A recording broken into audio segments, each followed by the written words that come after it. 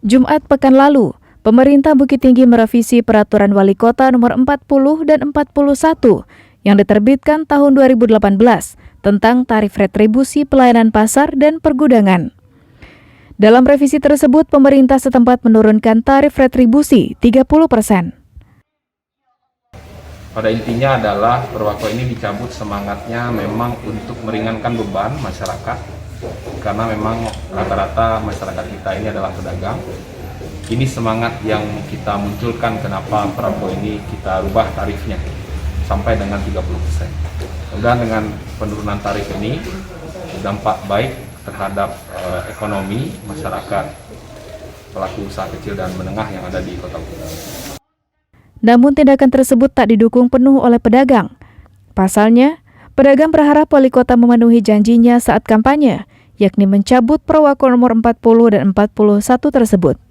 Sebelumnya, pedagang hanya menyewa Rp10.000 per meter persegi per bulan kepada pemerintah Kota Bukit Tinggi.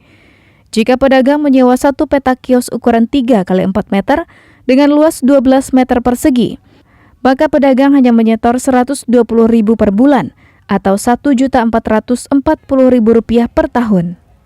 Namun harga sewa tersebut dinaikkan 600% oleh pemerintah Bukit Tinggi. Sewa yang hanya Rp10.000 per meter menjadi Rp60.000.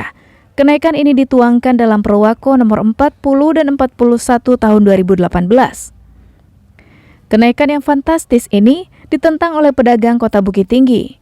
Namun pemerintah setempat menutup telinga dan tetap memberlakukan Perwako itu.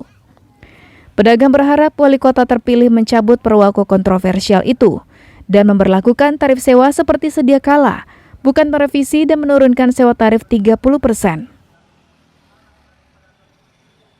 Seolah-olah ditutup-tutupi, kalau dicabut kan arti katanya kan diangkat dari akarnya, tidak ada lagi. Sekarang ini pengurangan cuma 30%. Nah, dari 60 naiknya 600% dikurangi 30%. Nah, itu. Jadi pemerintah ini apalah namanya, di situ yang kita kecewanya. Dicabut tapi direvisi.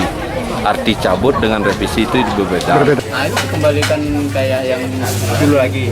Karena pun kondisi ekonomi sekarang kayak gini, jadi kalau diturunkan 30% belum sesuai dengan keadaan jual belinya sekarang. Tindakan Wali Kota Bukit Tinggi juga disayangkan oleh Davrion, seorang pengamat sosial setempat. Menurut praktisi hukum ini, revisi Perwako yang dilakukan Wali Kota merupakan tindakan yang tergesa-gesa tanpa melalui kajian yang matang. Revisi dilakukan hanya untuk pencitraan semata dan memenuhi janji politiknya, bukan merupakan aspirasi pedagang pasar yang merupakan warga asli Bukit Tinggi.